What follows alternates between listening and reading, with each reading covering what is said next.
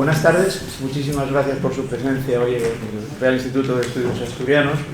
Les doy la bienvenida en nombre del director, que debería ser quien inicie hoy la presentación, así que me corresponde a mí hacer esta entrada con una semblanza breve de las personas invitadas, de Luis Feas, organizador, promotor de este acto, y de Ana Mas Hernández, nuestra invitada.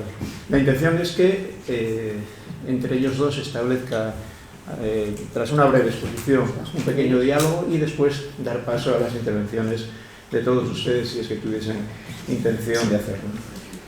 Supongo que de todos son conocidos, pero por si acaso haré una breve, muy breve semblanza de cada uno de ellos. Ana Mas Hernández es natural de Cartagena, licenciada en Historia del Arte por la Facultad de Geografía e Historia de Murcia, es máster en Museología por la Universidad Complutense de Madrid y cursó estudios de documentación en la Sociedad Española de Documentación e Información Científica, así como en la Universidad Don Bosco con cursos sobre bibliotecas y centros de documentación.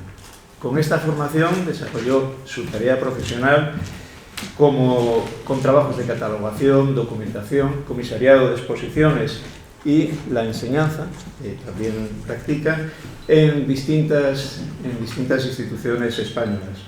El Ayuntamiento de Cartagena, el Ministerio de Cultura, la Consejería de Cultura del Gobierno de Murcia, la Comunidad Autónoma de Madrid. También para el diario El País, donde realizó trabajos de documentación para la catalogación del Fondo Histórico del periódico, el Ayuntamiento de Madrid, el Museo de Arte Contemporáneo del Ayuntamiento de Madrid, el Museo de Historia, en fin, un gran número de instituciones, pero y fundamentalmente el asunto por el cual, en particular, está hoy aquí presente por invitación de Luis Feas, es por su trabajo realizado por la Fundación Arte de Telefónica, para la cual realizó el catálogo de la obra de Luis Fernández, publicado en 2000, reconocido por los especialistas como una obra de referencia, y eso a pesar de las dificultades a las que tuvo que afrontar en las limitaciones en cuanto a la documentación manejada para su elaboración. Luis Feas necesita poca presentación aquí, conocido de todos ustedes, licenciado en Periodismo, Ciencias de la Información por la Universidad Complutense de Madrid, doctor en Estética por la Universidad de Oviedo. Durante muchísimos años desarrolló en La Voz de Asturias tareas de crítico de arte y de cine. En la actualidad lo desarrolla para el diario La Nueva España. Fue editor y redactor del gran milagro periodístico que significó durante una década en Asturias la revista Atlántica 22, a la que yo supongo que casi todos añoramos, echamos mucho de menos. Y tiene una tarea absolutamente inacabable de comisariado de exposiciones, de artículos publicados en todo tipo de soportes y para todo tipo de medios, sobre arte, sobre cine. Su tarea es realmente extensa. No es muy necesario extenderse porque creo que es de todos ustedes conocido. Ellos dos son los protagonistas y en su compañía les doy. Muchas gracias por su asistencia. Gracias, Ángel. Lo primero que vamos a hacer es, yo creo que es necesario, es explicar un poco el título, ¿no? Porque no vamos a hablar de las aportaciones del cincuentenario del fallecimiento de Luis Fernández en París, que es lo que ahora se celebra en el Museo de Bellas Artes de Asturias, tras pasar por la Fundación María Cristina Massaveo Peterson de Madrid, sino del centenario del nacimiento de este pintor en Oviedo en 1900, que es cuando Ana Mas Fernández pudo publicar la primera catalogación de su obra, ¿no? Y yo tuve la oportunidad de comisariar la gran exposición celebrada en el Centro de Arte Moderno Ciudad de Oviedo y en la Fundación Telefónica de Madrid en ese año 2000, es decir, hace ya 24 años. Que son muchos años, ¿no? Nos damos cuenta de que son muchos años. Muchos. Porque aquí en Oviedo tuvo nada más y nada menos que 13.853 visitantes aquella exposición.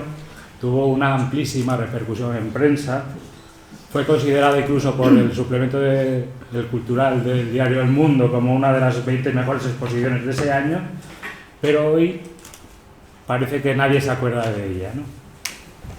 Y es un poco como si se cumpliera la maldición de un pintor que, como sabemos por el periodista Ramón Chao, acabó familiarizándose con la no existencia, y del que el poeta José Ángel Valente llegó a escribir que la suya era una pintura condenada por fortuna al no éxito. Si bien sabemos que la frustración le resultó insoportable al final de sus días, cuando ya solo ambicionaba poseer una casita en el campo, ¿no? Según el emocionante testimonio de la viuda que recogió en ese año 2000 el periodista Eugenio Fuentes. Luis Fernández efectivamente falleció en París el 25 de octubre de 1973, se cumplen ahora por tanto esos 50 años, ¿no? Cuando él tenía 73 años de edad, ¿no? Y a modo de responso, María Zambrano y José Ángel Valente escribieron en su memoria sendos textos, la verdad es que preciosos, que publicaron en la revista Triunfo en diciembre de ese mismo año 73, y en los que se preguntaban las razones por las que su buen amigo pintor aún no era reconocido en España. En este sentido hay que recordar que Luis Fernández protagonizó a lo largo de su vida solo 5 exposiciones individuales, ¿no? Y además la primera de ellas, organizada por Yvonne Cervós en la Galería Parisina de Pierre Loeb, en una fecha tan tardía como 1950, cuando el pintor tenía 50 años, por tanto. Y la última de esas 5 exposiciones fue la gran exposición retrospectiva de su obra en el Centro Nacional de Arte Contemporáneo de París, nada menos, a iniciativa del Ministerio de Cultura francés, que se inauguró en el año 72 con la asistencia de las más altas personalidades del mundo artístico y cultural parisino, muchos de los cuales eran, además, sus coleccionistas, ¿no? Y el catálogo de aquella exposición es referencia para todos los que nos hemos dedicado a Luis Fernández, porque recogía la mayor parte de los textos escritos sobre él a lo largo de toda su trayectoria artística, y además se rodó un documental que es clave, de 12 minutos para la televisión francesa, que es el mismo que ahora se proyecta en la exposición actual, ¿no? De ese acontecimiento del año 72 se hizo eco la revista Triunfo, que fue, digamos, la revista portavoz de Luis Fernández en esos años finales, ¿no? Que abrió su portada con el titular "París nos descubre a Luis Fernández". Incluía un importantísimo artículo de José Ángel Valente y además una entrevista, que también es clave para la interpretación de Luis Fernández, concedida a Ramón Chao, titulada "He sido un eremita de la pintura". La exposición, yo aquí estoy mostrando fotos de la exposición de Oviedo del año 2000, en el Centro de Arte Moderno Ciudad de Oviedo. Ahora mostraremos también más imágenes a lo largo de todo el discurso, ¿no? Y esa exposición del año 72 no pudo viajar a Madrid, a pesar de que ese era el deseo de Luis Fernández, ¿no? Y a pesar también de los esfuerzos de María Fortunata Prieto Barral, de la gran amiga de Luis Fernández, y eso que se vencían los escrúpulos del propio pintor, que estaba dispuesto a renunciar a sus convicciones, bueno, no renunciar a sus convicciones, sino no dar demasiada importancia a sus convicciones antifranquistas para volver a España si la exposición era inaugurada, ¿no? Mientras él se carteaba con Luciano Castañón para que éste pudiera incluir una reseña sobre el pintor en la gran enciclopedia asturiana de Silverio Cañada, editor, ¿no? Porque digamos que otro de los propósitos de este encuentro, de esta charla, además de comentar nuestras aportaciones, que eso haremos a continuación, es hacer el repaso de quienes nos hemos ido ocupando de Luis Fernández a lo largo de estos años, ¿no? Porque a nosotros eso es algo que nos parece justo y necesario, ¿no? Porque no fue hasta su segunda exposición individual, celebrada en 1956 en la Galería Cahiers d'Art de París, que la crítica empezó a fijarse en él para señalarlo como un artista singular que buscaba unir tendencias opuestas o elementos dispersos, según el crítico Julián Gallego, que fue el primero en reivindicar a Luis Fernández en España desde la revista Goya. Y en 1959, el periodista asturiano José María Lin, supongo que algunos de ustedes recordarán a este periodista, inició una serie de artículos en La Nueva España encaminados a rescatar del olvido la figura de su paisano y que a Luis Fernández le llenaron de satisfacción, ¿no? Pues los artículos sobre su trabajo, publicados en Oviedo, que no dejaba de ser su ciudad natal, le eran infinitamente más agradables que los de cualquier otro sitio. Eso, digamos, que es un poco la gente que se ocupó de Luis Fernández aquí en España hasta el momento de su fallecimiento, porque ya póstumamente se ocupará de él gente como Valeriano Bozal, que presentó 14 obras suyas en la Bienal de Venecia en 1976, dentro de esa importante exposición que se tituló España, vanguardia artística y realidad social. Y si bien la institución que ha sido encargada de preservar la memoria de Luis Fernández o ser su reserva espiritual, como estamos diciendo últimamente, pues ha sido desde luego el Museo de Bellas Artes de Asturias. Como no se podía esperar menos con respecto al más importante pintor nacido en Oviedo de todos los tiempos, ¿no? Y además es que lo fue desde sus comienzos, desde principios de los años 80, que es cuando se crea el museo, ¿no? Cuando, dirigido entonces por Toto Castañón, realizó las primeras adquisiciones de su obra, como esta delicadísima Rosa sobre una mesa, que está bocetada al óleo sobre cartulina, desde el año 1965, y es una obra que es desde el año 1982 una de las joyas de la colección del Museo de Bellas Artes de Asturias, ¿no? A la que siguieron otras pinturas adquiridas por el museo de su etapa surrealista sobre todo, y fundamentalmente de dibujos, calcos y estampas. Además, eso también es lo más relevante, ¿no? De manuscritos y el archivo personal y la biblioteca personal del pintor, ¿no? Y en 1984, además el Museo de Bellas Artes de Asturias acoge una gran exposición itinerante organizada para la Fundación Banco Exterior de Madrid por la galerista Nieves Fernández Ventura, que fue artífice de que la compañía telefónica se hiciera con la mejor colección del pintor existente en la actualidad en España, ¿no? Y además colaboró en la edición de su fundamental catálogo, es otra referencia constante para nosotros, ¿no? Que es base de todos los estudiosos posteriores, en el que se recogían los principales escritos teóricos de Luis Fernández, luego hablaremos del asunto, ¿no?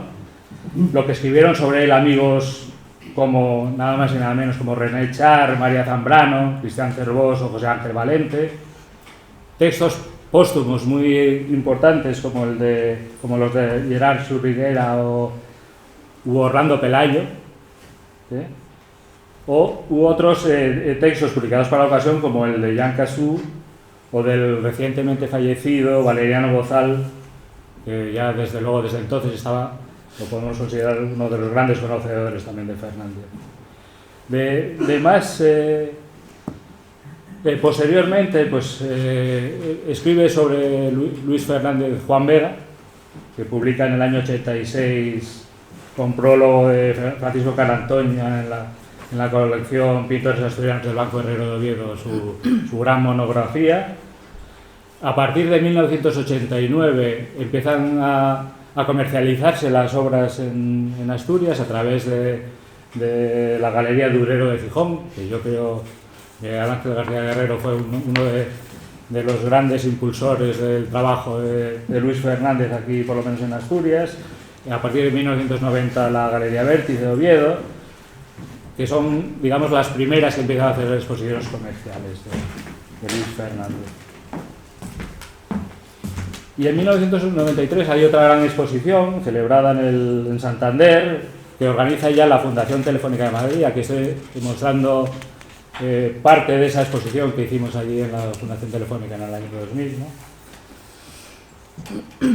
Y que también es otra fuente fundamental para todo lo que hemos ido trabajando sobre él, ¿no?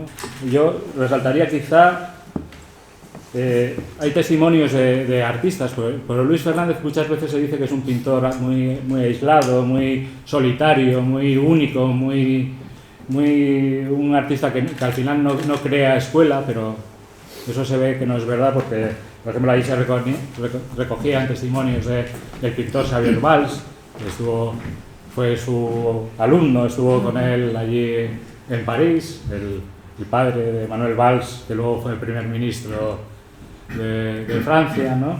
O el escultor José Subirà Puig. También se publica ahí una biografía escrita por Miguel Lasso de la Vega, otra referencia también para todos nosotros, y además de un segundo volumen del que fue autora María Fortunata Prieto Barral, que establece una apasionada semblanza humana de Luis Fernández, que además se mejora, ¿no?, con un apéndice documental con el testimonio de Bill. También se ocupó de él y sale publicado en esa misma monografía de Francisco Jarauta, al que conocemos, pero yo creo que es un poco el autor que ha escrito sobre Luis Fernández, que tenemos un poco más desdibujado y no sale apenas en la bibliografía. De hecho, no aparece siquiera en el catálogo de la exposición que hay actualmente en el Museo de Bellas Artes de Asturias. Hay otras personalidades locales que son muy relevantes, como Antonio Masip, alcalde de Oviedo en el año 84, cuando vino esa exposición del Banco Exterior aquí, ¿no? Que escribió además una monografía, uno de esos estudios locales que tienen tanto interés, titulado Luis Fernández, obetense y pintor. Me gustaría citar también a Juan Manuel Bonet, que es otro enamorado de Luis Fernández, al que se le debe, por ejemplo, más cosas ya las iremos comentando, al que se le debe que el Instituto Valenciano de Arte Moderno, o el IVAN, posea una estupenda colección de su obra sobre papel, y un poco con ese bagaje es con el que llegamos hasta el año 2000, ¿no?, para hacer esa exposición del centenario de su nacimiento, que se celebró gracias al Ayuntamiento de Oviedo y la Fundación Telefónica, con la colaboración de Cajastur y el Principado de Asturias. Aquí en esta foto, que tiene tantos años, y iba a hacer una pequeña broma, que era intentar traer las gafas que tenía entonces para que se me reconociera mejor, pero la verdad es que con esas gafas ya no leo. Habría sido imposible. Habría sido imposible. Ponerte la gafa para... Y aquí está Roberto Velázquez, director entonces de la Fundación Telefónica, obetense, Regina Rubio, directora entonces de la Obra Social y Cultural de Cajastur, cuando cumplía con sus responsabilidades sociales y culturales. Desgraciadamente ambos fallecidos, como también falleció Juan Vega. La verdad es que ahí sí que se nota que van pasando mucho los años, ¿no? Además yo siempre cuento una anécdota, que es que esa exposición la hicimos sobre todo tratando con los prestadores de Francia, de Estados Unidos, por fax. Eso parece ahora muy... ¿no? Pero es gracioso que nos comunicamos con ellos a través de fax. No existía, por supuesto, ni el correo electrónico, ni había otra manera de ponerse en contacto con ellos, ¿no? Pero sobre todo aquella exposición fue posible gracias a la generosidad de Ana Mas Hernández.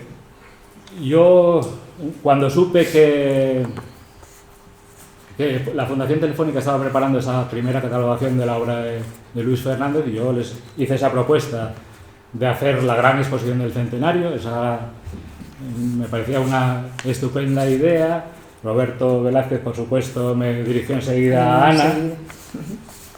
¿Y Ana qué hizo? Pues ponerlo todo en mis manos, ¿no? Darme todos los contactos, darme todas las direcciones, hacer esa labor que ya había, ese rastreo que ya había ido haciendo a lo largo de tantos años antes, en vez de querer quedárselo para sí, pues tuvo la generosidad de ponerlo en mis manos, ¿no?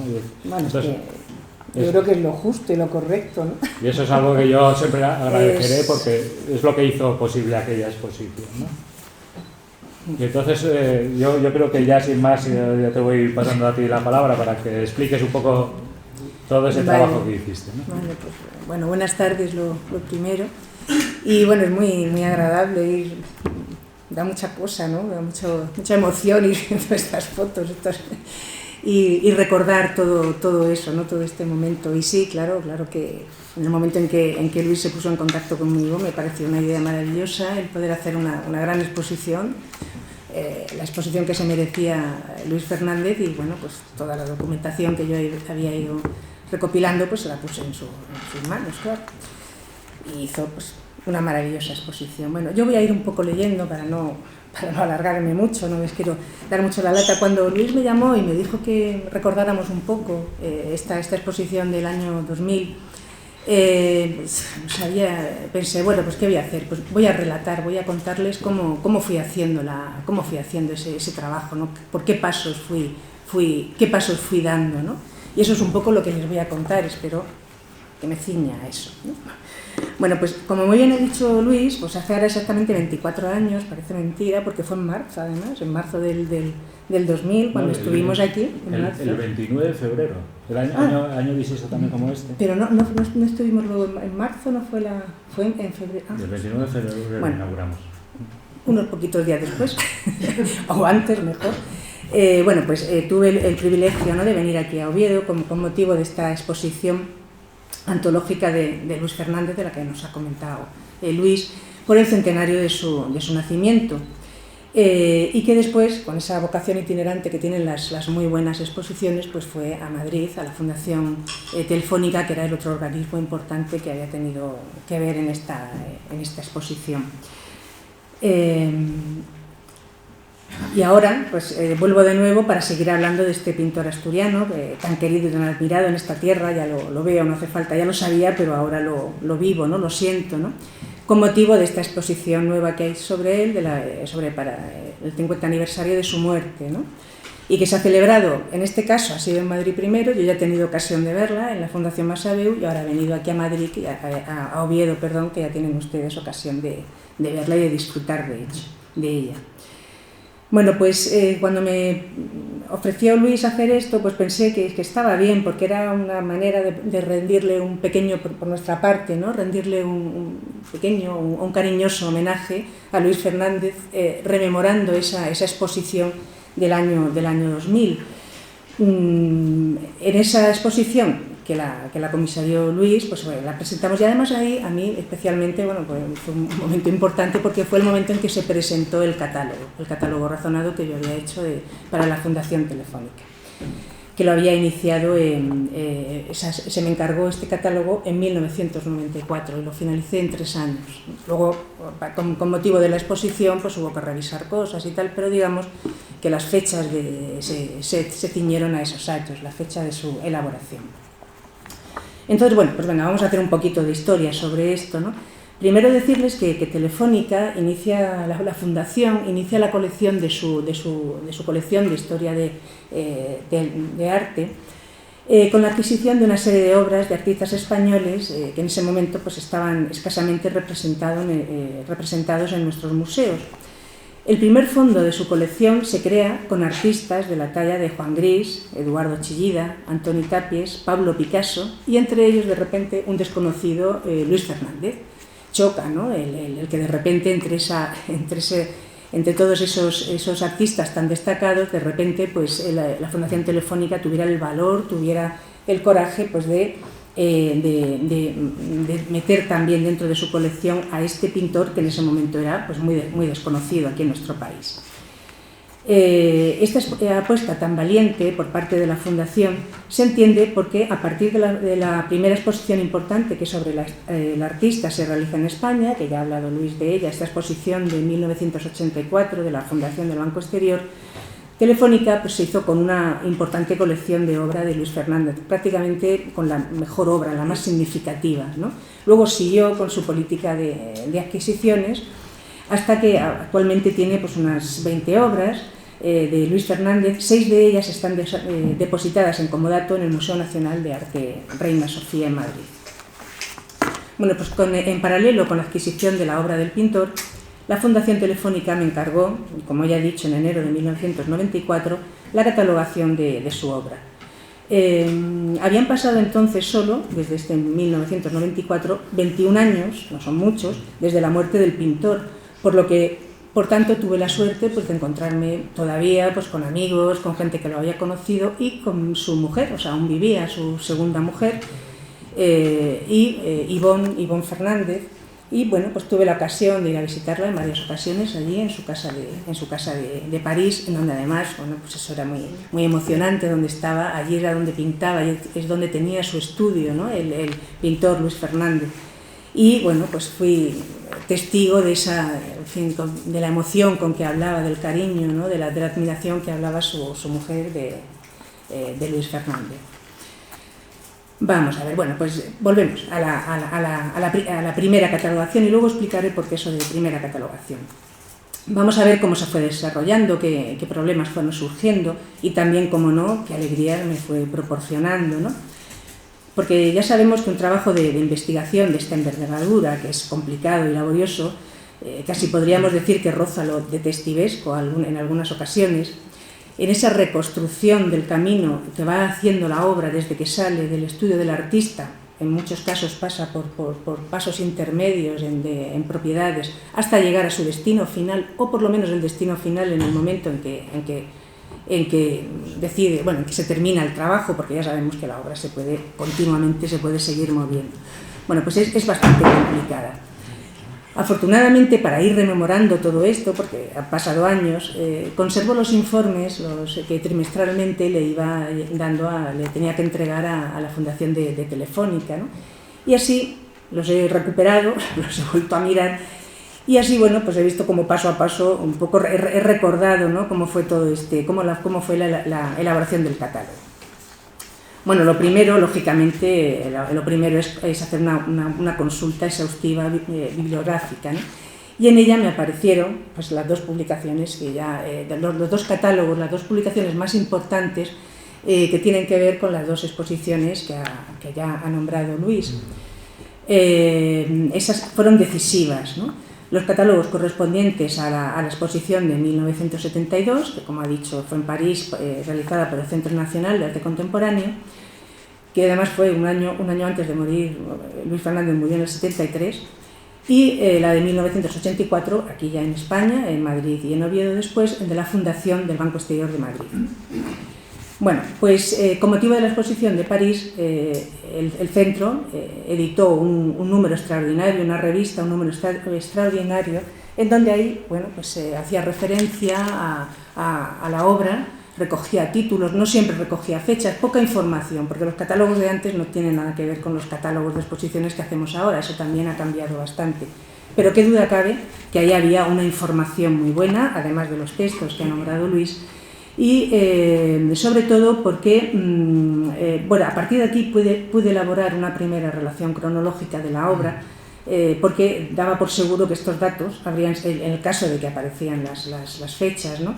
Estos datos habrían sido revisados y sometidos a un riguroso estudio por parte de Luis Fernández antes de su publicación, porque conocíamos el carácter, ya se sabía, ¿no? Ese carácter perfeccionista y minucioso del artista, así que fue un catálogo decisivo.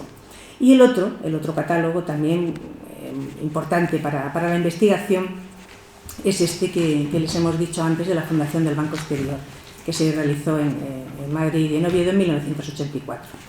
Bueno, esta exposición, digamos que nace gracias a la admiración que Francisco Fernández Ordóñez sentía por la obra de Luis Fernández. Como saben, este político, ¿no?, que fue político de la transición y luego también fue político con el PSOE, era, además de político, era un gran intelectual y era además un gran enamorado de la poesía, de la música y del arte. Entonces él tuvo ocasión en París de ver la exposición de 1972 y conoció ahí la obra de Luis Fernández. Y desde ese minuto pensó que esa obra se tenía que conocer en su país, se tenía que conocer aquí. En el prólogo dice unas palabras, nos demuestra cómo le impresionaron, ¿no?, cómo le dejaron huella esas obras.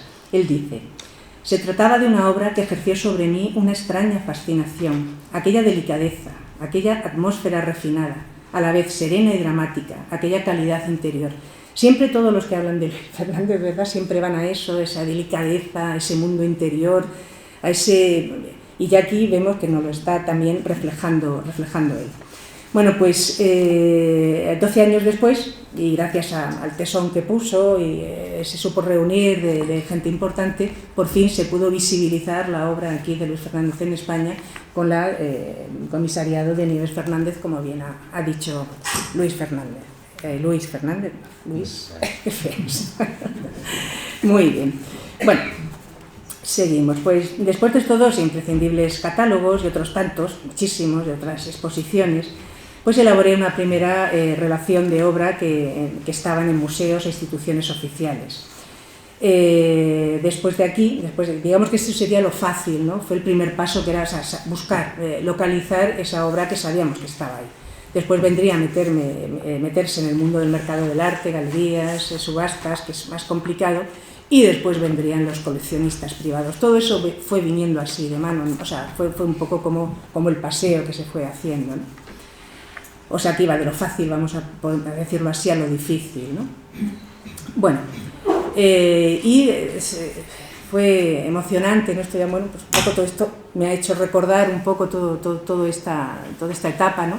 La verdad es que era en el momento en que aparecía, ¿no?, que de repente por alguien, una noticia, algún galerista, alguien coleccionista, que te decía esa obra que aparecía con el somero, colección particular que aparecía en los catálogos, pues de repente ponerle nombre a su propietario, o incluso más alegría todavía cuando aparecían obras que no aparecían en ningún catálogo, que eran hasta ese momento, pues no se desconocían, ¿no? Eran obras inéditas. Bueno. Cuando vean la exposición, o si ya la han visto ya o conocen ya la obra de Luis Fernández, verán que en las colecciones de museos y de instituciones públicas y privadas muy importantes hay obra de Luis Fernández. No voy a hacer aquí la relación, pero lo verán: el Centro Pompidou, el Museo Picasso, el Centro de Arte Moderno de París, la colección Menil en Houston, el Museo de Bellas Artes también de Houston en España, pues las que hemos hablado ya, Telefónica, Reina Sofía, aquí en Bilbao. Bueno, hay una relación muy importante de museos que tienen obra de Luis Fernández. Con todas estas instituciones, ese fue el primer paso, tuve contacto con ellas, ¿no? Y todas, afortunadamente, me dijeron que los cuadros estaban ahí. Solamente el Museo de Río de Janeiro, el Museo de Bellas Artes de Río de Janeiro, lamentablemente me comunicó que la obra que tenían de Luis Fernández, que además se la habían comprado a él directamente en su estudio, pues había desaparecido en un incendio en 1978, Naturaleza muerta de 1952. Bueno, y también, haciendo un poco referencia a lo que he dicho antes, todos estos contactos, efectivamente, en ese momento lo hacíamos, aunque parezca mentira, porque parece que el mundo tecnológico avanza muchísimo, ¿no? Pero es verdad que lo hacíamos todo a base de correo postal, a base de faxes, efectivamente, y al final, y muy poquito ya, empezó un poquito el correo electrónico. Así que desde que mandabas la carta hasta que la recibías, pues pasaba bastante tiempo. Afortunadamente eso ya no es así y se puede trabajar mucho más rápido. Bueno, dejamos ya los museos, nos metemos en ese mundo complicado, ¿no?, de las galerías de arte, el mercado, ¿no?, de arte. Las casas de subastas estaban muy atentas a ellas porque precisamente uno de los cuadros de la Fundación de Telefónica, La inmensa boca, fue adquirido en Sotheby's, en Madrid, en una subasta. El estudio Ludmer, también en París, continuamente estaba también sacando obra de Luis Fernández. De repente empezó a moverse bastante, ¿no? la obra, y había que estar continuamente en contacto con ellos para ver si finalmente podían darme una dirección de esas obras. Bueno, en cuanto a las galerías de arte, pues es obligado primero hablar de Claude Bernard, que fue el que había sido el segundo marchante de Luis Fernández y con el que mantiene una relación mucho más cordial y positiva que con su anterior marchante, Alexandre Jolas. Claude Bernard, que además ha fallecido recientemente, hace 1 año y medio nada más, pues me recibió en su galería ahí en París, en la calle de Beaux-Arts. Y bueno, pues de un trato exquisito, ¿no? Puso a mi disposición toda la documentación que tenía de Luis Fernández, toda la documentación que me fue llevando pues, a los coleccionistas privados que estaban fundamentalmente, muchos de ellos, allí en París. Tenía todavía obra de él, obra menor, bueno, pero aún la tiene, porque lo he visto en la exposición. Viene también hay un cuadro de la galería de Claude Bernard. Y de la importancia de este marchante con respecto a Luis Fernández, a Telefónica, pues él fue el que, entre otras obras, el que proporcionó a la Fundación Telefónica La cabeza de becerro, que es una de las obras más bonitas, más que la podrán ver, y los 2 cráneos, el de 1952 y 1958, que siempre se dice que son los iniciadores de los 2 estilos, digamos, el cráneo máscara y el cráneo completo, ¿no? Entre otras muchas obras que tiene la Telefónica. Bueno, no les quiero, no sé ya, yo a lo mejor voy a otra galería también importantísima. Bueno, nombro estas 2 y ya lo dejo. Digamos que Claude Bernard fue el que en vida vendió la obra, pero luego, una vez fallecido Luis Fernández, sería Nathalie Segussy la que comercializó, junto con la viuda, comercializó la obra de Luis Fernández, y que, bueno, pues en los diferentes arcos, las ferias de arco, ¿no? que se sucedieron en estos años, tuve ocasión de conocerla, la visité en París y bueno, pues también me proporcionó una información interesantísima. Aquí en España, pues, y aquí en el Principado de Asturias, las galerías Vértice y Nogal en Oviedo, Durero en Gijón, en Santander la Galería Docalart, en Barcelona la Galería Parés, bueno, en Madrid Guillermo de Osma, que siempre ha movido mucha obra de Luis Fernández, que ha hecho exposiciones además en su galería muy, muy bonitas, y ha llevado siempre mucha obra a Arco, Leandro Navarro, Nieves Fernández, en fin. No les puedo decir. Con todas estas galerías pues fui tomando contacto, fui recabando información, ¿no? Información que es imposible si no te la dan ellos, porque esto no aparece en catálogos, por eso la importancia de las galerías de arte, porque este tipo de información, si no te la dan ellos, no aparecen publicadas, ¿no? Y ya por fin, pues aquí llegamos casi de la mano de ellas, de las galerías, llegamos. ¿Cómo voy de tiempo? Bien. Bueno, pues entonces me estaba acelerando, pues me relajo un poquito nada más, pues de la mano, como decía, de las galerías, quiero también resaltar la importancia, ¿no? que tienen los galeristas, las galeristas, y la importancia que tiene que trabajemos conjuntamente los investigadores con ellos, ¿no? Porque realmente a todos nos interesa que las obras, a ellos, a los coleccionistas, a los museos, a todos nos interesa que las obras se conozcan, que las obras se publiquen, que las obras se estudien, ¿no? Entonces, ese diálogo tiene que existir, y realmente existe siempre, exceptuando pocas personas, realmente tuve ahí una ayuda inmensa, ¿no? Y gracias a ellos, pues entonces llegué a la parte más complicada siempre en un trabajo de este tipo, que son las colecciones privadas, si alguien no te permite conocerlos, sobre todo cuando aparecen colección particular, y pues ya no sabes más, ¿no? Y llegado a este punto, pues digamos que desde mi punto de vista personal o emocional, digamos que fue la parte que más disfruté, ¿no? Porque me dio pie a conocer a gente muy interesante, gente, bueno, pues que me enseñaron muchísimo, ¿no? Y gente además en general también que me ofrecieron pues todo tipo de ayudas y fueron muy generosos. Siempre nombro a Alfonso Zorrilla de Lequerica porque bueno, pues me proporcionó muchísima información. Además era un hombre que sabía tantísimo, muy vinculado al Museo de Bilbao, el Museo de las Artes de Bilbao, y muy vinculado también a todo el origen, a la génesis del Museo Guggenheim en Bilbao. Y justo cuando yo le fui a visitar y me enseñó toda su colección, que su familia todavía tiene, ¿no? Pues fuimos a ver cómo estaban levantándose los cimientos y estaba como un niño feliz, ¿no? Era muy emocionante. Bueno, entonces otra vez aquí pues la lista se vuelve a hacer interminable, ¿no? Pues contacté pues con gente que lo habían conocido, como el compositor Pascual Aldave, el diseñador Ramón Esparza, que por entonces ya no conservaba ninguna obra, pero sí me dio mucha información sobre la colección que había tenido Valenciaga. Cristóbal Valenciaga, que como era un gran coleccionista y además era un gran admirador de Luis Fernández. Y a su vez pude también pues, contactar con los herederos y encontré bastantes obras que no estaban publicadas y que eran pues, obra inédita hasta ese momento. Bueno, pues colecciones particulares, y Leandro Navarro, José Ángel Valente también tuvo, Ladislao Azcona, ¿no? Uno de los coleccionistas que más interesados estaban en visibilizar, ¿no? como buen asturiano que es, visibilizar la obra de Luis Fernández, como veremos más adelante, Raúl Bocanegra, bueno, una lista también, una lista muy larga.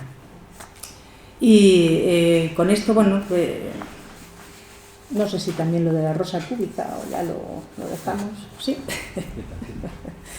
No les quiero cansar, es que realmente es así, este trabajo de investigación es así de inabarcable, ¿no? Y son listas y listas de coleccionistas, en fin, de galerías, y eso es así, ¿no?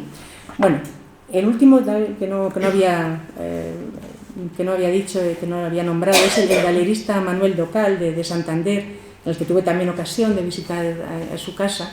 Tenía obra de Luis Fernández, había vendido obra de Luis Fernández, pero en su casa tenía colgado, me acuerdo que lo descolgó para que yo le hiciera una fotografía, un dibujo muy esquemático, muy gracioso, de Picasso, que le había hecho a Luis Fernández.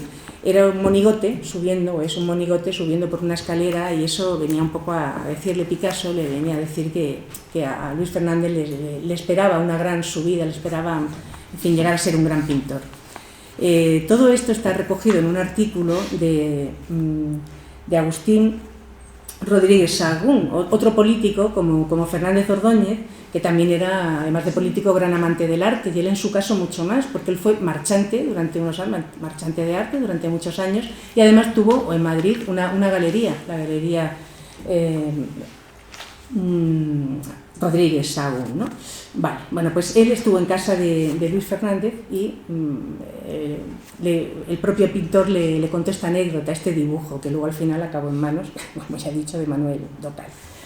Bueno, pues otra visión de Luis Fernández, también cómo fue un nexo muy importante entre las vanguardias parisinas, que él, desde el minuto cero que llega allí con 24 años, se introduce, como se puede ver muy bien, en toda esa primera etapa suya, ¿no? de obra, ¿no? De juvenil, con las vanguardias catalanas. Él había vivido en Barcelona antes de irse a París, ¿no?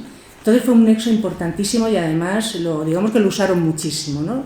Entonces, entre la bibliografía encontré una pequeña revista de poesía, Rosa Cúbica, que dio casualidades de la vida, que yo conocía a las personas que lo habían editado, que quedaron prendados con la exposición de 1984, y sobre todo con una rosa, en la serie de rosas de Luis Fernández, la rosa en un vaso de 1962, que la reproducen en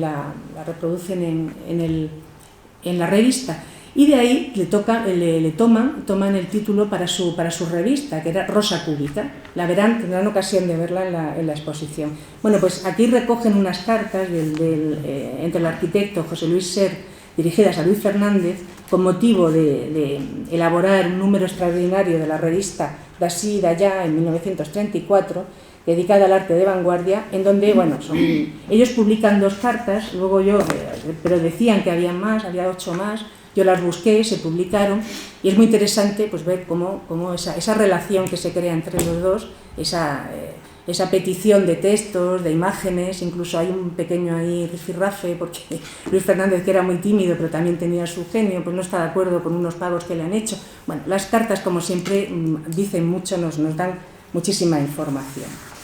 Bueno, ya sí que termino y finalizando, pues permítame una reflexión sobre lo que yo considero que al final fue mi aportación a esta, bueno, en general al estudio de Luis Fernández, ¿no? En este proceso que yo les he ido relatando, ¿no? Creo que está claro, fue localizar la obra del artista, que hasta ese momento es verdad que estaba muy dispersa, ¿no? En colecciones privadas, y contactar con sus propietarios. Yo era consciente, o sea, tenía una urgencia, ¿no? Era un trabajo que tenía que presentar a la Fundación Telefónica y tenía una fecha de entrega, ¿no? Entonces pensé que había distintos aspectos que no había tenido, o sea, en donde no había podido hacer un estudio más pormenorizado. Digamos que a mí me faltó tiempo, yo consideraba que aún había mucho que decir y por eso decidí darle ese título al catálogo, Primera catalogación de Luis Fernández. En ese momento me parecía así, a lo mejor ahora habría pensado otra cosa, pero en ese momento me pareció que era lo acertado porque aún había mucho todavía que, o por lo menos en algunos aspectos había que hacer más cosas. Años después, Lalo Azcona se puso en contacto conmigo porque desde su fundación me quiso ofrecer, y venga, o sea, me llamó, ¿no? Y me dijo, venga, hay que terminar esto, venga, y tal, y hay que hacer el catálogo razonado, ¿no? Y con ese carácter, como si ustedes lo conocen, ¿no? Que tiene tan vivo, ¿no? y tan audaz en muchas cosas, ¿no? Pero yo ya sabía en ese momento, o sea, ya lo sabía de hace años, que aquí había ya una persona aquí en Oviedo, Alfonso Palacio, el que es ahora el director del Museo de Bellas Artes de Asturias, que había iniciado los estudios, bueno, había iniciado y prácticamente yo creo ya que había terminado su tesis doctoral y había estado estudiando los fondos documentales del museo, que están en el Museo de Bellas Artes de Asturias. Y consideré que lo lógico, que lo normal, que lo correcto, pues era que lo hiciera él, ¿no? Y así fue, y en el 2010 salió el catálogo razonado de Luis Fernández, Antonio Palacio y Alfonso Palacio, publicado por la Fundación Azcona. Bueno, de la exposición antológica de Luis Fernández del año 2000, en la que estuvimos Luis y yo, pues me queda la satisfacción de haber aportado, pues como él ha dicho, ¿no? Pues sí, bueno, estoy a gusto, ¿no? Por toda esa información que le puede pasar, muy a gusto, de verdad, ¿no? Es algo que es lo normal, ¿no? Y para que Luis Feas, que además le costó un gran esfuerzo, ¿no? Pues hiciera la maravillosa exposición que quedó, que primero, bueno, pues digamos, yo la considero que fue la primera exposición retrospectiva, o sea, completa de Luis Fernández, aquí en España. Ahora, la que tenemos ahora ocasión de disfrutar con el cincuentenario es una espléndida muestra también, es otra retrospectiva de Luis Fernández. En esta ocasión, y como no podía ser de otra manera, pues está comisariada por Alfonso Palacio, ¿no? Y bueno, pues ya solamente les quiero decir que bueno, me imagino que la habrán visto, o si no la tienen en mente verla, pues que vayamos todos a disfrutarla, porque realmente es una gozada poder ver toda esa obra de Luis Fernández desde sus comienzos y quedarnos ahí en esa etapa suya, en esa etapa de madurez, con sus series, con sus rosas, con sus calaveras, con sus palomas, que son tan... En fin, es el legado, ¿no? Que nos dejó Luis Fernández a todos, ¿no? Pues... Proseguimos brevemente. Sí. Porque esa primera, así tímida catalogación de la obra de Luis Fernández que hizo Ana Mas, la verdad es que recoge todas las obras fundamentales del pintor, ¿no? Con unas pocas ausencias, ¿no? Yo, por ejemplo, quiero señalar dos obras que hoy están depositadas en el Museo de Bellas Artes de Asturias, como este paisaje bordelés, ¿no? Que fue adquirido en 2003 por el Museo Reina Sofía Madrid por 65.000 euros. Tras el desmantelamiento consentido por el Estado francés de la biblioteca y de la pinacoteca de la colección de arte André Breton, la verdad es una oportunidad que aprovechó el Reina Sofía, pero la verdad es que fue una tristeza, ¿no? Ese líder de los surrealistas y amigo y admirador de Fernández. también no está en esa primera catalogación de la obra, pero tampoco en el catálogo relacionado de 2010, esta emocionante Rosa en un vaso, que muy parecida a la rosa cúbica de la revista, sí, que fue comprada también por el Museo de Reina Sofía y ahora está en depósito en el Museo de Bellas Artes de Asturias en 2007 en Arco, ¿no? Por 192.000 euros. He ido, al repasar un poco, preparando... Ha ido subiendo un poco, ¿no? Claro, he ido repasando recortes de periódico y todo eso, y son datos que parece que pueden tener cierta anécdota al menos, ¿no?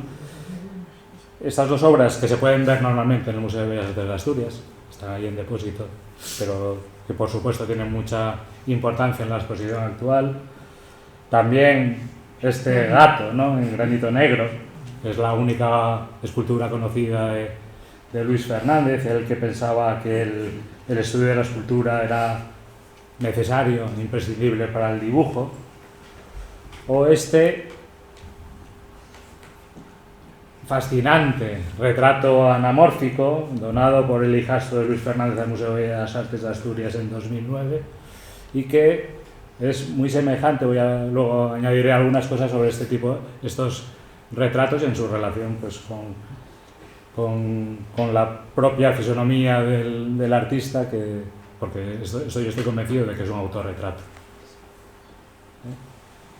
Pero la tesis fuerte de aquella exposición del año 2000, que estaba compuesta de 90 obras procedentes de 36 direcciones distintas de España, Francia y Estados Unidos, era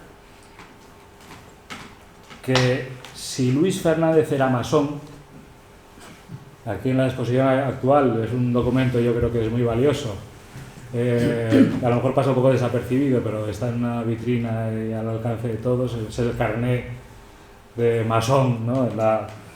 La France Amitié del Gran Oriente de Francia de Luis Fernández. Pues si Luis Fernández era masón y toda su vida estuvo unido a la masonería, era algo que ya se había contado en el año 85 el periodista Alberto Fernández en Luis Fernández Materiales para una biografía, pues yo siempre decía que su obra no podía ser adecuadamente interpretada sin hacer el suficiente hincapié en su pertenencia a esta sociedad secreta que fundamenta ideológicamente toda su obra. Y sobre todo, por ejemplo, en las dos grandes series de Luis Fernández, ¿no? Por supuesto en los cráneos, pero también, por supuesto, en la rosa única, ¿no?, que son dos símbolos fundamentales en la francmasonería, ¿no?, y representan el ciclo iniciático, es decir, la muerte corporal, preludio del renacimiento místico. Los cráneos en todas sus versiones, con mandíbula inferior o sin ella, la vela encendida o apagada, porque aunque se ha llegado a decir que la obra de Luis Fernández era la pintura de un muerto, lo cierto es que los símbolos empleados por el pintor siempre evocan, por el contrario, la vida, ¿no?, y su renovación perpetua en todas sus formas. Porque el máximo anhelo de Luis Fernández era reunirse de nuevo con su mujer, con su primera mujer, tras su muerte en 1954, ¿no? Y eso es algo que, por ejemplo, señalaba la propia María Zambrano, cuando decía: creo que tu contacto con la muerte a través de Esther ha dado a tu pintura una intensidad última. Porque, además, para Luis Fernández estuvo siempre matrimonio y masonería indisociablemente unidos, ¿no? Porque tras la boda con su segunda mujer, él renueva sus votos con la masonería, ¿no? Pero ya entonces, a partir del año 59, pues esta espiritualidad se volvió directamente religiosa en series como la de las dos palomas, iniciada en 1963, que iconográficamente representarían el misterio de la Anunciación. Eso es algo que a mí me confirmó la familia en el año 2000, ¿no? El palomo macho sería el propio Espíritu Santo, al que Luis Fernández hace referencia en sus manuscritos en numerosas ocasiones. O la serie del vaso y el vino, el vaso de vino con el trozo de pan sobre mantel blanco, como esta obra que era la contraportada del folleto que editamos en el año 2000, y que además remite claramente al sacramento de la Eucaristía, ¿no? A la comunión cristiana, como decía el propio Fernández en una carta entre Luis Fernández y su galerista Alexandre Violás, que publicó Ana en esa primera catalogación de la obra, ¿no? Pero abarca toda la vida. O sea, cuando hicimos la exposición en el año 2000, pues a veces se quiso decir que eso era anecdótico, que no, pero para un masón es parte de su vida, ¿no? Es imposible que eso no tenga reflejo en su forma de trabajar y en su mundo ideológico y además Luis Fernández en 1970 todavía renueva esos votos y además fue nombrado miembro honorífico del Gran Oriente de Francia como reconocimiento. Eso es interesante porque Luis Fernández, cada vez que había tenido una relación y una actividad muy directa en todos los movimientos artísticos y tal, poquito a poco se va replegando a partir de los años de los 50, que él va con el siglo, va digamos como aislándose, ¿no? Pero en cambio nunca se aísla del mundo de los... o sea, él sigue metido dentro de este mundo, ¿no? O sea, que digamos que se aísla de una cosa pero de la otra, ¿no? Sigue siendo para él importante ese mundo de la masonería, ¿no? A mí eso es algo que me interesa, porque aunque puede parecer a veces anecdótico, ¿no? Y aunque todavía está por estudiar la contribución del esoterismo a la doxa vanguardista, todos sabemos ya, yo creo a estas alturas, que sin teosofía o antroposofía pues no hubiera habido abstracción, por ejemplo, ¿no? Y sin espiritismo, ocultismo, diálogo con los difuntos, creencia en mundos invisibles o universos paralelos, pues no hubiera habido surrealismo. Eso es así, ¿no? Y además son ideas que yo pude reforzar en la publicación que hice en el año 2003 dentro de mi colección Artistas Asturianos, de Hércules Astur Ediciones, en la monografía que publiqué entonces, ¿no? Que también introducía algunas novedades que yo creo relevantes, como la demostración, yo creo, de que este impresionante cuadro, pintado en grisalla, a la manera clásica, cuadro que podemos ver en la exposición actual en Oviedo, con un instrumento de una sola cuerda entre las manos, pues yo creo que es un autorretrato. Así salía en el cartel y la portada del folleto del año 2000 y yo estoy convencido de que así es, ¿no? Pertenece este cuadro al Museo Reina Sofía de Madrid, entonces en el año 2000 figuraba como autorretrato. Sí. Cuando me facilitaron la documentación del cuadro era así, sí. Así aparecía. Y luego, sin embargo, ha sido rebajado a retratos sin más, ¿no? Parece ser que no se reconoce que pueda ser el propio pintor, ¿no? Pero yo, claro, lo asocio con este otro cuadro que es un gran retrato anamórfico, ¿no? Difícil que en el año 72, en la exposición que hace Luis Fernández, esa última en París en el año 72, es decir, con él todavía en vida, pues se titula Autorretrato. Es una pieza que es autorretrato, ¿no? Y aunque... Y si corregimos un poco la perspectiva de ese autorretrato anamórfico, vemos enseguida que es el mismo personaje el que aparece ahí, ¿no? Es el mismo. Y si este cuadro era un autorretrato en el año 72, es evidente que su versión en grisalla, en blanco y negro, es el mismo artista, ¿no? Y lo mismo se puede decir de esa otra anamorfosis que ahora está en el Museo de Bellas Artes de Asturias, que también se dice que no es un autorretrato, pero yo estoy convencido de que es también autorretrato, puesto que además representa ese mismo personaje. Sí, aquí extraño, más claro todavía, además, claro. Más que en el otro. Y además tiene que ver un poco con las ideas de las formas y los formatos alargados en sentido horizontal, que tiene un simbolismo común a todas las formas alargadas, que tiene todo lo contrario de la verticalidad de lo gótico. Es ese mundo de Luis Fernández que expresa también en sus escritos y que indican muy bien un poco cuál es el trabajo de Luis Fernández, en el que yo también en esa monografía pues apunto algunas cosas como su preocupación por la geometría oculta de las cosas, porque también eso es otra cosa que se ve muy bien, que él repite siempre los mismos esquemas compositivos, basados quizá en algún oscuro cálculo geométrico, que le sirven para representar pues tanto una cabeza de becerro como una naturaleza muerta con vela, una manzana o un cuchillo, ¿no?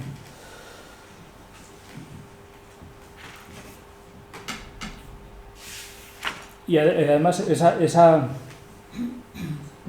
ese mecanismo que él decía de condensación de varias imágenes en una sola, pues a mí me recuerda mucho al método paranoico crítico de Salvador Dalí, por ejemplo, ¿no? En el que en la apariencia de una realidad mostrada en una obra, pues realmente descubres que hay muchas más significados escondidos, ¿no? Y muchas más representaciones ocultas, ¿no? Decía el propio pintor, todo el mundo sabe que existen contrastes de colores, pero también existen contrastes de líneas. Eso yo creo que está menos estudiado. Y eso también me hace pensar en la otra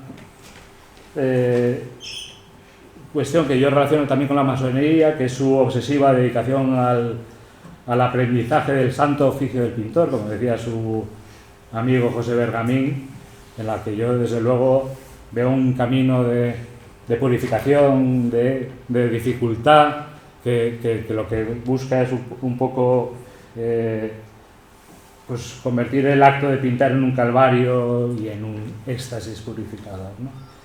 Que son las famosas etapas del nacimiento del cuadro, o estas anotaciones que empiezan siempre con las líneas generales y las superficies principales, la construcción de los volúmenes y la aplicación de los colores, ¿no? Tras su traslado al soporte definitivo mediante calcos de papel cebolla, ¿no? Siempre él superponía sucesivas capas de pintura en una escala de valores propia que él clasificaba de esta manera tan precisa, ¿no? Y que se ve en estos bocetos muy lento, claro. Eso de la lentitud de Luis Fernández, ¿no? La poca obra que parecía. Tantas veces que trabajó en alguno de sus cuadros, pues estaba un año, ¿no? En esa rosa con una vela que hemos visto antes, pues estuvo trabajando realmente sus últimos 3 años de vida, ¿no? Y toda esta dificultad que se autoimponía... Se la autoimponía él, efectivamente. Que lo consideraba la más adecuada preparación espiritual para la recepción de la gracia, pues él luego decía que era un poco por honradez, que había que hacer un buen trabajo, que desde luego nada tenía que ver con el talento, ¿no? Que lo más importante era tener la conciencia tranquila, pero claro, ¿cómo se puede esperar que un masón explique su método de trabajo al no iniciado, ¿no? También me parece muy relevante su labor como teórico, yo creo que está poco resaltada, ¿no? Esa labor suya de apóstata de la abstracción, de pensar que todavía el arte tiene un poder evocador, que el arte puede, si no es reducido a los esquemas puramente conceptuales e intelectualizados, pues puede tener ese traspaso a ese otro mundo que él a veces ansiaba, ¿no? Y eso es además un poco la razón por la que él acaba tomando partido por los surrealistas. Yo creo que es muy relevante, ¿no? Aunque no forma parte del grupo surrealista, sí que fue amigo de André Breton, por eso André Breton tenía una de sus obras, sí que él fue compañero de ese viaje de los surrealistas, pero realmente... Nunca formó parte del pero grupo, ¿no? Él desde luego sí que pensaba que los surrealistas creían como él en el poder evocador de la pintura, ¿no? Y por eso en el año 2000, con ocasión de la exposición que hicimos entonces, Alfonso Alegre, que era el director precisamente de esa revista Rosa Cúbica, publicó un artículo en el ABC Cultural en el que se preguntaba para cuándo una exposición de Luis Fernández en Barcelona, ¿no? Él había vivido en Barcelona, él se había realmente educado en Barcelona, él había quedado huérfano aquí en Oviedo muy de niño, primero de madre, después de padre, luego lo había adoptado su abuelo en Madrid, luego al final pasó a manos de un tío en una infancia realmente triste y solitaria, ¿no? Le explica muchas cosas. Le puede explicar también por qué nada más llegar a París pues se hace masón, ¿no? Pues una forma de entrar en una comunidad, una hermandad, esa familia que a lo mejor él echaba de menos, ¿no? Y entonces esa exposición en Barcelona, que tendría todo el sentido del mundo, claro. Yo ya había hecho la exposición del año 2000, a mí no me gusta repetir, me aburre un poco, tampoco quiero ser especialista en nada, ¿no? Y se me ocurrió que una idea muy bonita que se podía desarrollar, y además incluso a lo mejor era muy buena idea, sería relacionarlo con otro pintor. Y lo obvio, que es lo que tantas veces se ha hablado, es hacerlo con Picasso, del que fue amigo, con el que colaboró, pintaron juntos. Alguna vez a mí me han contado que a lo mejor tuvo algo que ver en la ejecución hasta del Guernica, ¿no? Sí, eso es una anécdota apócrifa que siempre se cuenta, ¿no? Pero a mí me gustaría realmente relacionarlo con alguien con el que tenía también mucho que ver, que es el pintor Juan Gris, ¿no? Que era masón como él, al que con toda probabilidad conoció, y porque además le cita en el primer artículo que Luis Fernández publicó en el 5º número de la revista C, al comienzo de 1932, dedicado a su común amigo, el escultor Julio González. ¿Y por qué me interesaría hacer esa exposición? Que no sé si alguna vez será posible, ¿no? Porque Juan Gris siempre creyó, como Luis Fernández, en las posibilidades de la pintura.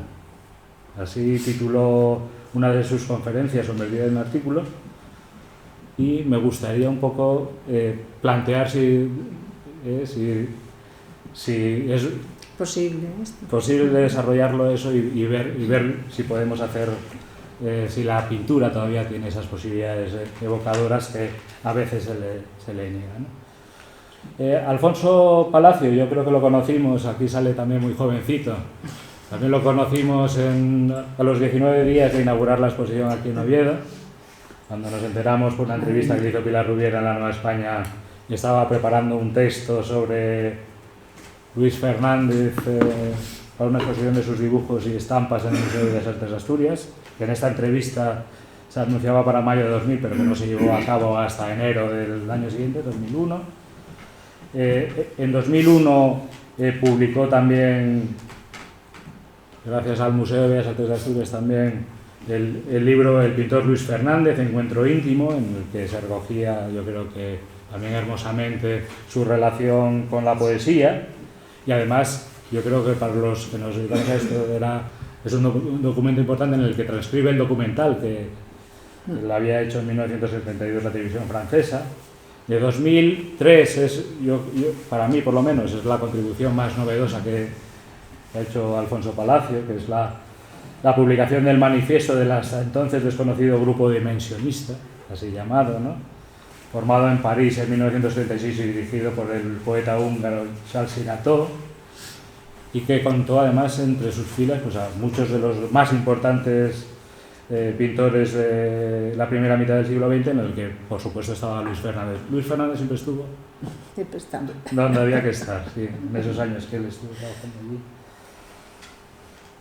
También me gustaría decir, en ese rastreo que hacemos, pues me gustaría volver a recordar a Juan Manuel Bonet, ¿no? Porque cuando era el director del Museo Reina Sofía, hizo que el Museo Nacional Centro de Arte Reina Sofía tuviera una sala dedicada íntegramente a Luis Fernández. Yo creo que pocas veces se le ha dado ese relieve dentro del panorama artístico nacional. Yo creo que era algo muy merecido, aunque no lo han considerado así sus sucesores en el cargo, ¿no? Y lo consiguió además gracias a ese comodato, ¿no? Gracias a ese comodato de la fundamental colección de la Fundación Telefónica. Al final, Valeriano Bozal también pudo escribir su monografía en 2005, ¿no? Sobre Luis Fernández. Yo creo que era algo que ansiaba desde hacía mucho tiempo, ¿no? Le publicó el Museo de San Vicente de Segovia en ese año 2005. De 2007 es la monografía que publica Alfonso para la Fundación Mafre, en el que ahí todavía aparece ese retrato anamórfico y ese retrato aparecen ambos como autorretratos, ¿no? Y finalmente en 2008 él publica a través también del Museo de Bellas Artes de Asturias su tesis doctoral en 2 volúmenes, ¿no?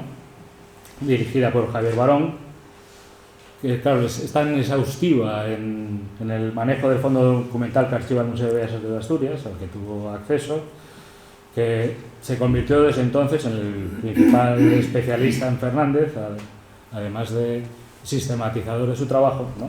Y albacea de su legado espiritual y material, ¿no?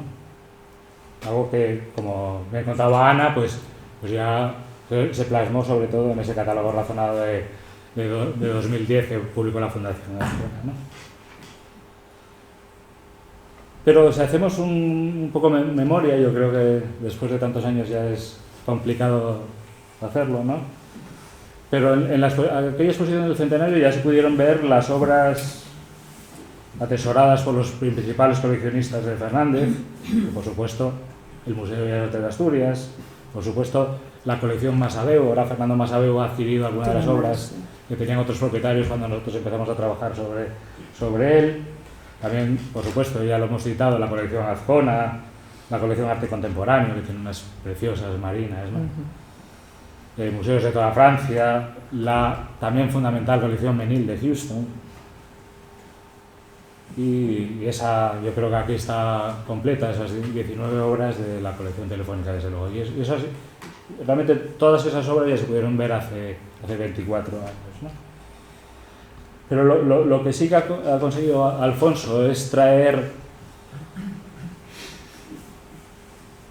las obras que tiene el Centro Georges Pompidou de París.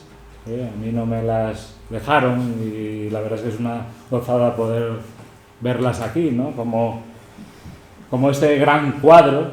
Yo siempre digo que más en tamaño que en intención. Bueno, más en tamaño e intención más que en resultados, ¿no? Realmente, pues no. Es un cuadro extraño, ¿no? Pero desde luego Fernández, sí, es el más grande que él pintó nunca, además. Que además es un cuadro importante porque en él confía en la liberación del pueblo español tras su derrota por el franquismo. Aparte, por supuesto, Masón era republicano, ¿no? Era un pintor republicano.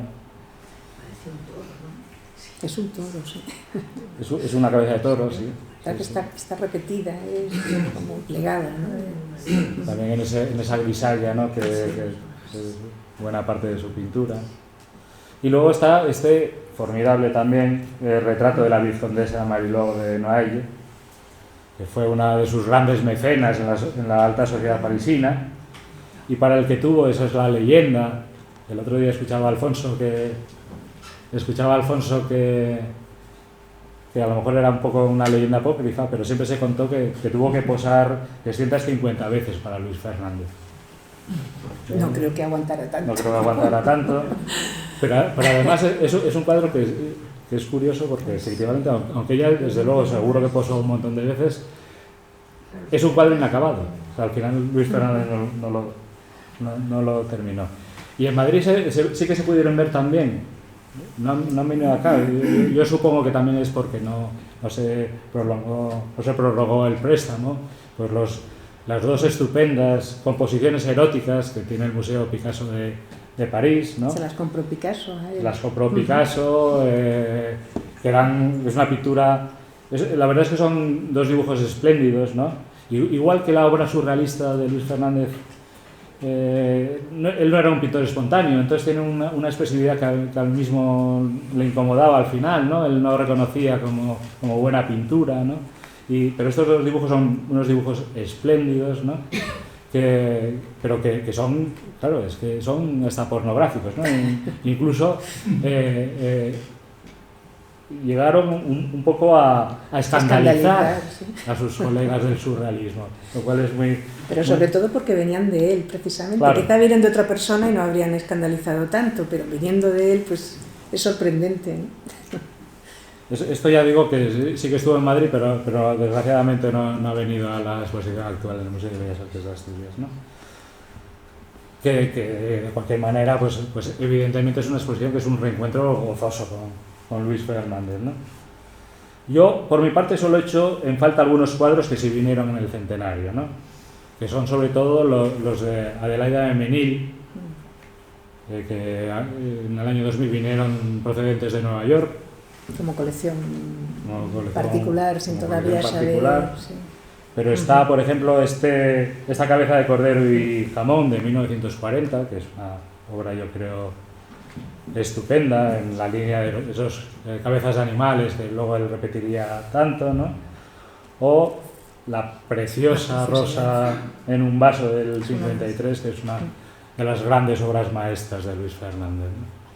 Una belleza increíble. Con una delicadeza estupenda. Y en esa labor que ha ido haciendo Alfonso Palacios, sobre todo desde que fue nombrado director del Museo de Bellas Artes de Asturias en 2013, y particularmente desde que se inauguró la ampliación en 2015, pues se ha podido dedicar una sala, lo cual me parece estupendo, a Luis Fernández en la colección permanente. Entonces, la sala 22, yo creo que, espero que sea siempre así conocido como la sala 22, la sala de Luis Fernández en el Museo de Bellas Artes. Y además, yo creo que ahora se resalta poco, yo creo que tú no lo sabías, tú lo verás mañana cuando vayamos a ver la exposición. Esa sala está todavía dedicada a Luis Fernández, complementa a la exposición que está en la planta baja y en la -1. Pero claro, como la exposición es tan completa, pues lo que se ha hecho en esa sala es cubrirla con su colección con la colección que tiene el Museo de Bellas Artes de Asturias de calcos y dibujos, ¿no? Es un poco además réplica de la exposición que se hizo en 2001, catalogada por el propio Alfonso. Son en su inmensa mayoría, calcos sobre papel vegetal, en ese proceso complicado que él hacía como paso previo a su traslado a soporte definitivo, pero también hay dibujos propiamente dichos, como este retrato. Aquí tenemos el anverso y el reverso, ¿no? De un personaje que antes se identificaba como del surrealista canario Óscar Domínguez, así figuraba en nuestro catálogo primero. Así se adquirió, además, a la viuda, además, así vino de su casa. Y que sin embargo pues ha ido, ahora se atribuye a Óscar Domínguez, pintor surrealista, colaborador también con Luis Fernández en un mural colectivo que se hizo en París, pero ahora se atribuye este dibujo a André Breton. Se dice que es André Breton, ¿no? Con un parecido que a mí no me parece del todo razonable. A mí me ha gustado hacer esta comparación, ¿no? Yo creo que yo creo que la cabeza de arriba es evidentemente mucho más parecido a Óscar Domínguez, ¿no? La parte que está en el reverso sí que podría tener, además encontré esa foto de André Breton, con la lo misma tenemos ahí mirada, abajo. sí. Pero desde luego yo creo que ese dibujo de arriba quien retrata realmente es a Óscar Domínguez, ¿no? Desde 1924 hasta 1972, Luis Fernández había terminado, según su propia catalogación, 123 cuadros y 41 dibujos. Es decir, solo 164 obras que él considerara terminadas, ¿no? En la primera catalogación de la obra que hicimos nosotros ya manejábamos 276, incluidos por supuesto calcos y bocetos, ¿no? Y en la actual exposición hay 150, o sea que lo más probable es que ya no se encuentre mucho más, ¿no? Salvo algún cuadro del que tenemos constancia y que no se haya localizado o pueda aparecer, ¿no? Pero, claro, eso lo hablábamos antes Ana Mas y yo en la comida, pues eso es algo que no se puede saber, ¿no? Porque siempre... Nunca se puede dar por cerrado. Nunca se puede, a un artista así nunca se puede dar definitivamente por cerrado, porque, claro, es que siempre al final pueden surgir cuadros nuevos, ¿no? Por ejemplo, este cráneo que acaba de aparecer en el comercio madrileño, ¿no?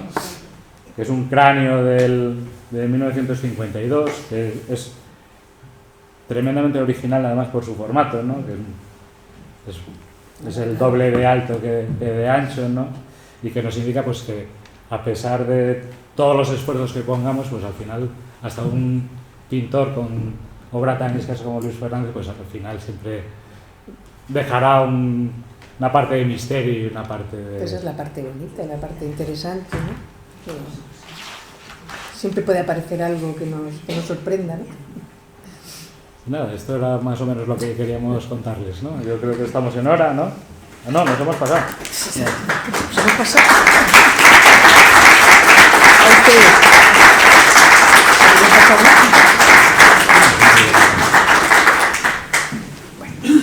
¿Alguien que quiere preguntar algo?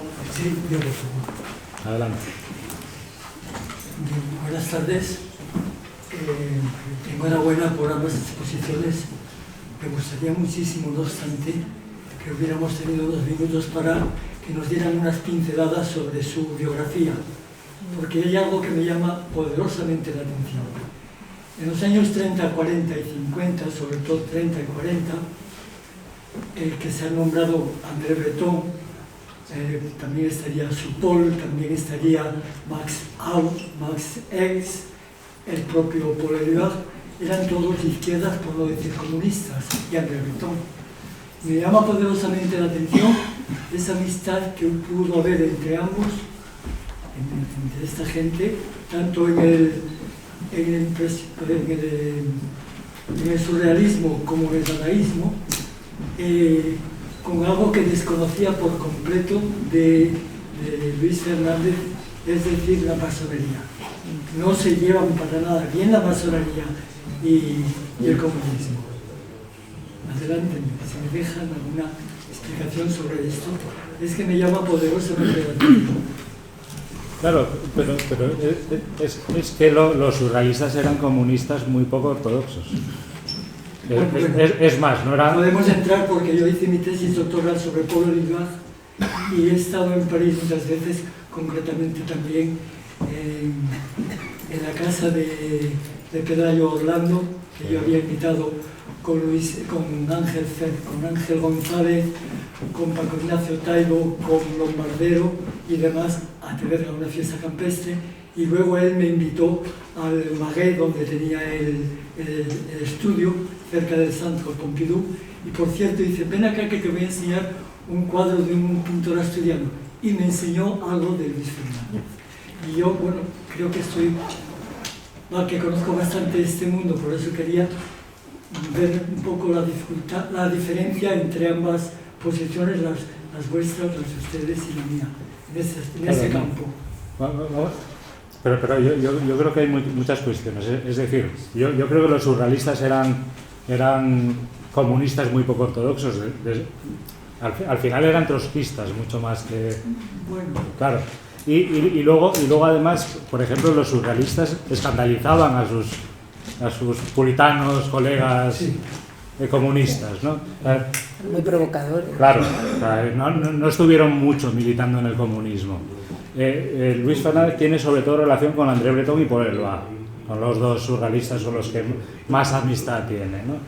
Aunque a René Char también lo podemos considerar dentro del grupo surrealista. O sea, siempre están esas conexiones, pero por ejemplo a mí me llama poderosamente la atención que la obra que posee André Breton no sea una obra de su etapa ortodoxamente surrealista, sino que sea un paisaje de Burdeos, con un camino además que conduce al cementerio donde estaba enterrada su primera mujer. O sea, que se ve que no hay esa posición dogmática por parte de ninguno ni por parte de Luis Fernández ni por parte de André Breton, ¿no? Yo les invitaría, que ha sido realmente, y he aprendido muchísimo, que en la próxima exposición que hagan una breve semblanza para introducirnos, porque también me llama esa llanura de Burdeos, donde he vivido 7 años, y es muy bonita. Me llama la atención de cómo hace ese viaje de Oviedo, Madrid, no lo sé, a Francia, donde se detiene, en fin, no sé, sería muy interesante para ir encajando el puzzle de la cultura y de su vida. La verdad es que el catálogo que se ha publicado ahora es también un catálogo muy completo, ¿no? Y ahí hay una buena reseña biográfica. Yo creo que muchas de estas cuestiones están bien contadas en el catálogo actual. Por eso nosotros tampoco incidíamos en cosas que en el fondo eran más conocidas, ¿no? Pero vamos, desde luego es un tema fascinante, ¿no? Es un tema fascinante. ¿Alguien más? Pues ahora, ¿no? Yo me imagino que el museo, con motivo de la exposición, igual que han hecho en Madrid, harán también conferencias sobre el pintor, ¿no? Creo que, yo creo hay, que ¿no? de hecho mañana, no, el miércoles Alfonso da una charla en el Paraninfo de la Universidad. Por eso también nosotros no tocar ese tema, ¿no? Va a venir, va a haber más conferencias. Me parece que Javier Barón da también una conferencia. Viene Jorge Riechmann, que es uno de los principales traductores de René Char, también viene a dar una conferencia sobre Luis Fernández. O sea, yo creo que nos esperan unos meses muy... Meses de Luis Fernández, ¿no? Sí. Y sobre todo de disfrutar la exposición, que es una maravilla. Eso sí que es lo primero. Y lo más importante es que quede en la memoria, ¿no? Que su trabajo quede en la memoria. Esperemos que no solo en un ámbito local, sino que es el panorama del arte nacional o internacional, ¿no? Como le da realmente un pintor de París, ¿no? Entonces, muy bien, pues nada.